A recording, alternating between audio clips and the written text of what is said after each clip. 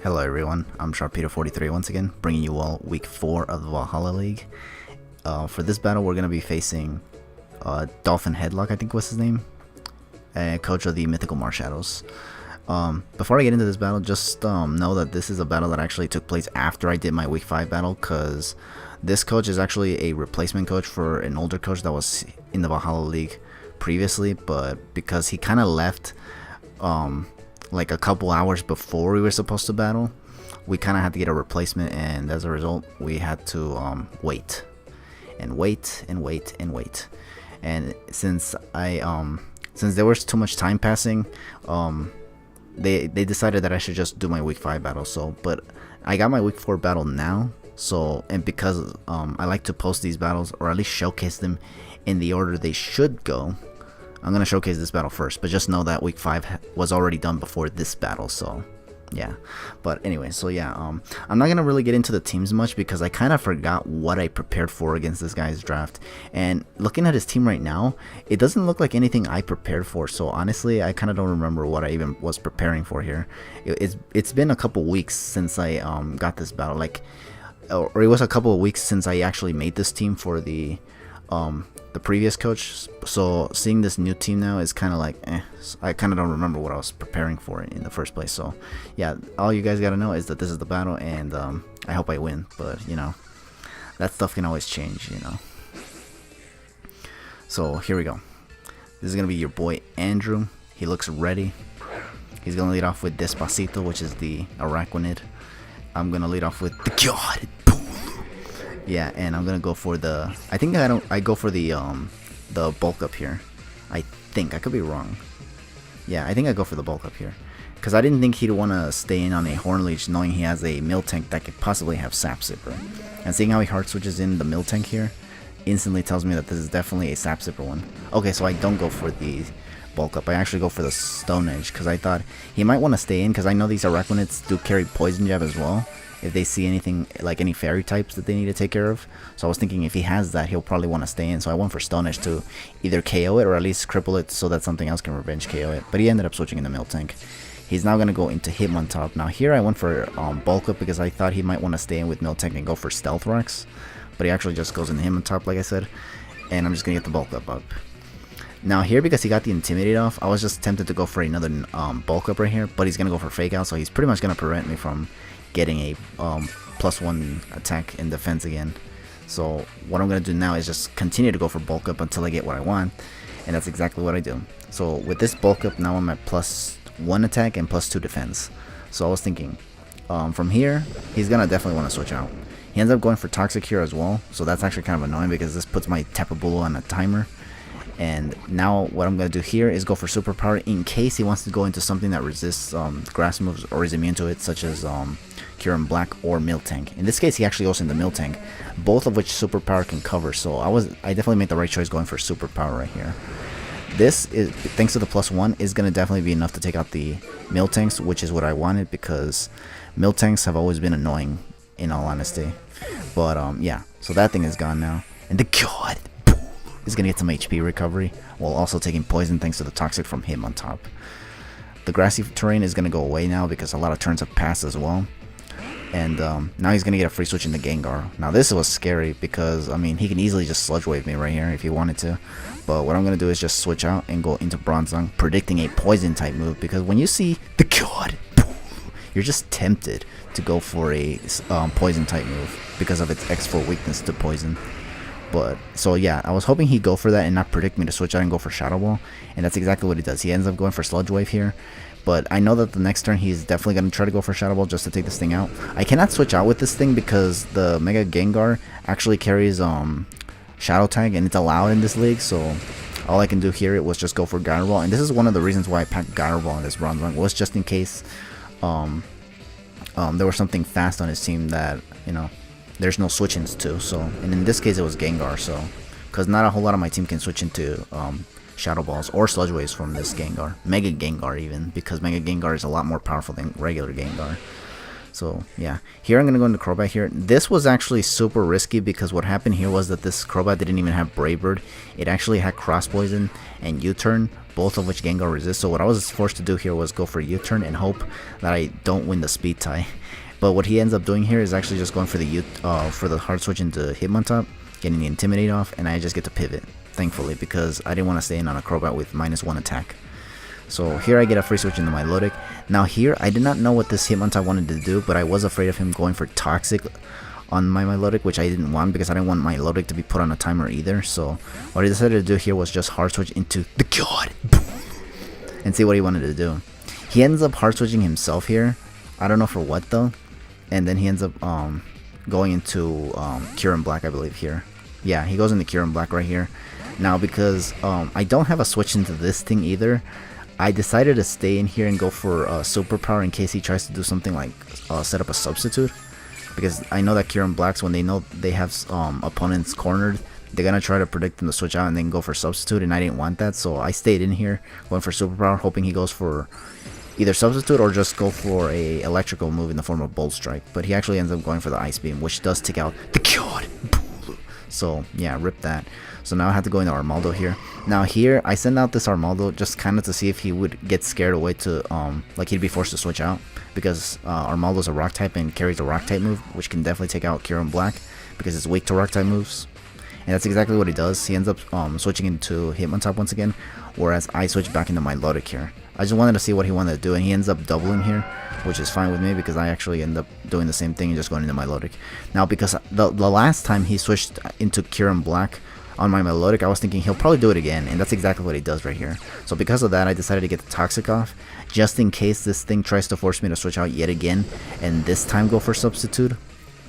Now here I decided to stay in as well after this Toxic, because what I wanted to see was if I can actually take a Bolt Strike from this thing, because I am physically defensive Milotic, but this thing actually carries the Gigavolt Havoc from Bolt Strike being the basis move for it, basically. So yeah, this I was definitely not going to survive it, unfortunately. And I wasn't expecting it either. I thought this thing would be, I honestly thought it would be the what's it called, the Sub-Zero Slammer variant of Kyurem Black. I wasn't expecting the Gigavolt Havoc, unfortunately. Even though I should have, because a lot of my team is actually weak to electric moves, so sucks that I didn't predict that, unfortunately. So I lose my Milotic here, one turn. And now here, what I decided to do now is go into Armaldo, hoping that he'd actually stay in and try to go for something. But he doesn't. So because of this, I end up going for the Swords Dance. So yeah, because I kind of was thinking, would he stay in or would he actually switch out? He actually does try to save Kyurem Black as I go for Swords Dance. He gets the Intimidate off, but I get a Swords Dance up, so I'm at least at +1. Now what I'm going to do right here though is try to go for another Swords Dance so that I can be at least at +3. Reason being is because what I wanted to do was get this Hitmontop out of the way, because there's not a whole lot on my team that can handle this Hitmontop. So, and I'm afraid of this thing having Mach Punch for my Sharpedo as well, so I didn't want to deal with that. He ends up going for Toxic so he can put my Armaldo on a timer, which sucks. But now that I'm at +3, what I'm going to do right here is actually go straight for the Continental Crush here. After he goes for Close Combat, by the way.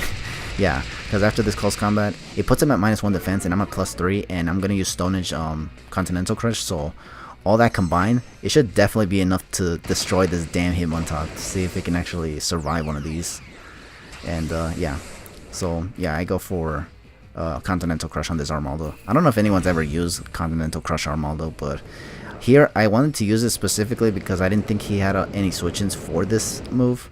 Because as soon as I get a Swords Dance up, it seems to KO everything on his team, including these damn Hitmontops. So as you can see, it resists it, but thanks to the +3 in attack and the -1 defense, and the boost from the Z Crystal from Rocky MZ, this Stone Edge basically KOs this Hitmontop. So that's actually kind of crazy. But now he's gonna send out this thing, this Kyurem Black, and he's gonna go for Fusion Bolt. In all honesty, I thought he was gonna go for the Ice Beam, finishing off my Armaldo, but he actually ends up going for Fusion Bolt, which actually allows my Armaldo to survive. I don't miss Stone Edge, and I'm able to take out this Kyurem Black. Now this turn was actually really crucial, because if he went for Ice Beam there, I'm pretty convinced it would have been enough to take out my Armaldo, and actually he would have won right there, because I would have been left with Crobat to Super Fang and then Crunch with Sharpedo, and even then I don't think Sharpedo would be able to KO Kyurem from where it was even after it crushed Super Fang from Crobat. So I was actually in a predicament there from the beginning. So here I think this was a double down. No, he takes out my I forgot what happened here. Oh yeah, he finished off my Armaldo, I think, with Kecleon after I took out his Kyurem Black. And now here I go into Crobat and try to take it out again. Or actually I went for Super Fang and then I went for the I think I went for Cross Poison this time, but he went for Shadow Sneak after going for Thunder Punch, so I was like, eh. I was hoping he wouldn't carry a coverage move for Crobat so that I can at least cripple this thing. Because from where it's at right now, I didn't think Sharpedo would be able to take out the Kecleon, because Kecleons seem to be bulky on the physical side in most cases, at least from my experiences. And this is only from experiences in the battle mason thingy, battle tree thingy. There we go. So I wasn't sure if I would be able to take out one that's in this league, in all honesty. So here I sent out my last Pokemon, which is Sharpedo. I went for Protect here because I wanted to get the speed boost. I know I could have gone for Crunch taking out this Kecleon, but then I wouldn't be able to outspeed the Gengar, which could have Thunderbolt for my Sharpedo, or could just take out my Sharpedo with a Sludge Wave because of stab and whatnot. So here, now I Mega Evolve, and here I just gotta hope this Crunch can take out this Kecleon, because if not, that's just the whole game. Surprisingly, it's actually able to take it out, thankfully, because I really need to make this comeback. He's gonna send out this Araquanid, which, yeah, at first I was thinking, yeah, it has taken no damage, so I was thinking I need a crit to actually take out this thing, because Crunch from full HP is not gonna be able to take it out, and as you can see, it survives. I needed a crit for this to take it out, in all honesty. But this thing retaliates with a Leech Life, and surprisingly enough, is not actually able to KO my Sharpedo. I thought it would, that's why I was like upset when I didn't KO this Araquanid. But this gave me a chance to actually try it again and actually get another crit. Because after Leftovers, I was thinking, once again, it's still going to be able to survive another Crunch. But this time it's not, and there was no crit, so no crit needed. I just needed to survive any attack this Araquanid went for, and thankfully Sharpedo did, so that was actually really cool. Because this pretty much allows me to outspeed this Gengar, which I don't think gets any priority moves, in all honesty, and finish off this thing with a Crunch. I wanted to go for Psychic Fangs, but I figured Crunch does the job better, in all honesty, so yeah. And that's going to be the whole game. We are going to win Week 4 of the Valhalla League 1-0. That was a close battle, in all honesty, and let's be real here, if he had gone for Ice Beam with the Kyurem Black earlier, he definitely would have had me right there, because, like I said, Crobat going for Super Fang after taking out my Armaldo, the Kyurem Black just takes out Crobat, and then I send out Sharpedo. Have to try to get a Protect off, and if he has Substitute, then he just played me already. And if he doesn't have Substitute, then he would just he would probably still survive a Crunch from Sharpedo, because I think it doesn't even, like, even though I go for Super Fang, it doesn't go all the way to half. I think it leaves them at green still, which from a bulky mon like Kyurem Black, I don't think a Crunch from a Mega Sharpedo would be able to take it out. So, but even then, actually, if I could have, no, because then the Kecleon would still be able to survive a Crunch from Sharpedo, go for Thunder Punch, then Shadow Sneak.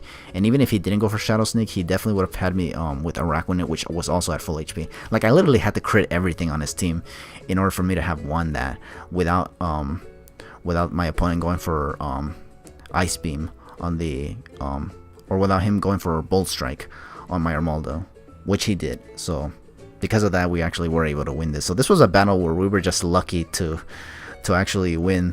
This was also a battle that I actually resigned myself to lose. Like, as soon as I lost my Lodic, and actually no, as soon as I got Toxic by the Hitmontop and was able to take out the Hitmontop with a Continental Crush, I was just like, that's the whole game. I think I just lose here at this point. Like, I resigned myself to lose already, but then stuff happened, and then I was just able to bring the game back. So that was actually kind of crazy. So yeah, that's gonna be the whole game. Once again, good game to Dolphin Headlock, and thank you all for watching Week 4 of the Valhalla League. Stay tuned for Week 5, and I'll catch you guys all later, but for now, just take it easy.